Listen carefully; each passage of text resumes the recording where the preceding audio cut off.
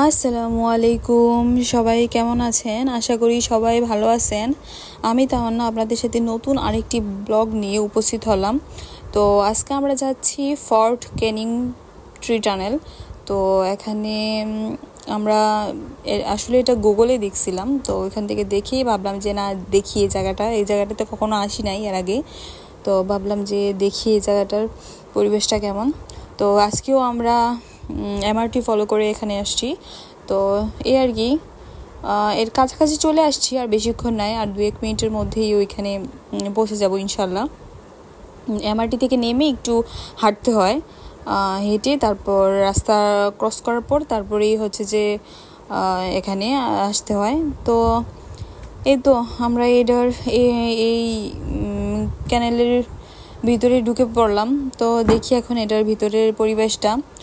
তো শুরুতেই দেখা যায় যে এরকম পরিবেশটা। তো এখানে মানুষজন তো প্রচুর পরিমাণে ভিড় ছিল। তো আমরা তো এত মানুষ দেখে একটু অবাক হয়েছিলাম যে আসলে এখানে এত মানুষ কেন। তো তারপর দেখলাম যে ফটোশ্যুট করার জন্য আসলে মানুষ অনেক ব্যস্ত ছিল, আর এখানে একজন করে করে ফটোশ্যুট করতে হয়। তো ব্যাপারটা ছিল এই কারণে মানুষজন এভাবে সিরিয়াল নিচ্ছিল। তা আমি প্রথমে বুঝতে পারিনি, কিন্তু ছবি তোলা যায় এভাবে, তুমি ছবি তুলতে পারবা, ভিডিও নিতে পারবা, এতে কোনো সমস্যা নেই। তো আমি তো ভিডিও করছিলাম, ছবি তুলছিলাম, পরে দেখলাম যে না সিরিয়াল আছে। আমি যদি ওইভাবে ফটোশ্যুট করতে যাই তাহলে আমার করতে হবে, যে সিরিয়ালে দাঁড়াইতে হবে। তো যেটা এখন আসলে সম্ভব না, কারণ আমরা বিকেল টাইমে আসছি। আমরা বেশিরভাগ সময় দেখা যায় যে বিকেলবেলায় ঘুরতে বের হই। তো এই হচ্ছে এদিকের অবস্থা। তো এখান থেকে বের হই এরকম টানেল আছে ভিতরে। তো এখন টানেলটার ভিতর দিয়ে যাচ্ছিলাম, এটার ভিতরটা কীরকম বা দেখতে কেমন এগুলো দেখার জন্য। তো মাঝখানে আমি আমার হাজব্যান্ডের আবার একটু পিক তুলে দিলাম। প্রথমেই তো বললাম যে এখানে আমরা ফার্স্ট টাইম আসছি, তো এই কারণে আর কি। এই তো এটার ভিতরের অবস্থাটা হচ্ছে এরকম। দেখি উপরে কি আছে। তো আমরা তো সিঁড়ি দিয়ে যাচ্ছিলাম, সিঁড়ি শেষ হচ্ছে না এখানে, এত এত সিঁড়ি কি বলবো। থাক, সব কিছু শেষ করে উপরে উঠছি, আমি ভাবছি যে সিঁড়ি শেষ, তো কিন্তু পরবর্তীতে দেখতে পেলাম যে উপরে সিঁড়ি শেষ হচ্ছে না।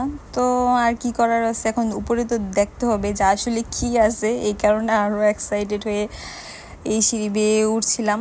তো যাক, আলহামদুলিল্লাহ, যাই হবে দেখা যাক, আগে উঠি।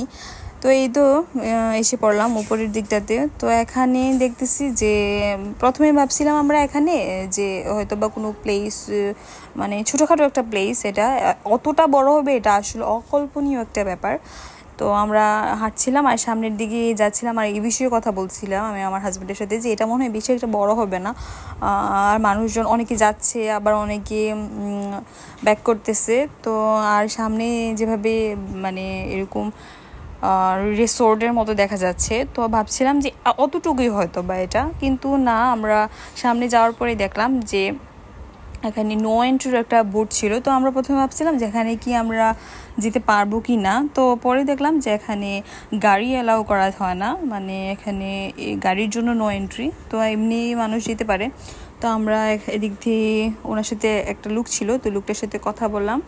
তো কথা বলে আমরা যখন জানতে পারলাম না এখানে যাওয়া যায় ভিতরে, তো আমরা ভিতরে প্রবেশ করলাম, দেখলাম যে না ভিতরে তো অনেক বিশাল বড় এরিয়া, আসলে আমরা যতটুকু ভাবছিলাম এর থেকে অনেক বেশি। আর এখানে তো অনেকে অনেক রকমের বিভিন্ন ধরনের সাজগোজ করে আসছে ফটোশ্যুট করবে, যে ওই কারণে। তো আমার হাজব্যান্ডও বললো যে ওর কিছু ছবি তুলে দেওয়ার জন্য। তো বললাম যে না, সামনে আরও ভালো ভালো জায়গা আছে, ওখানেই তুলে দেবো।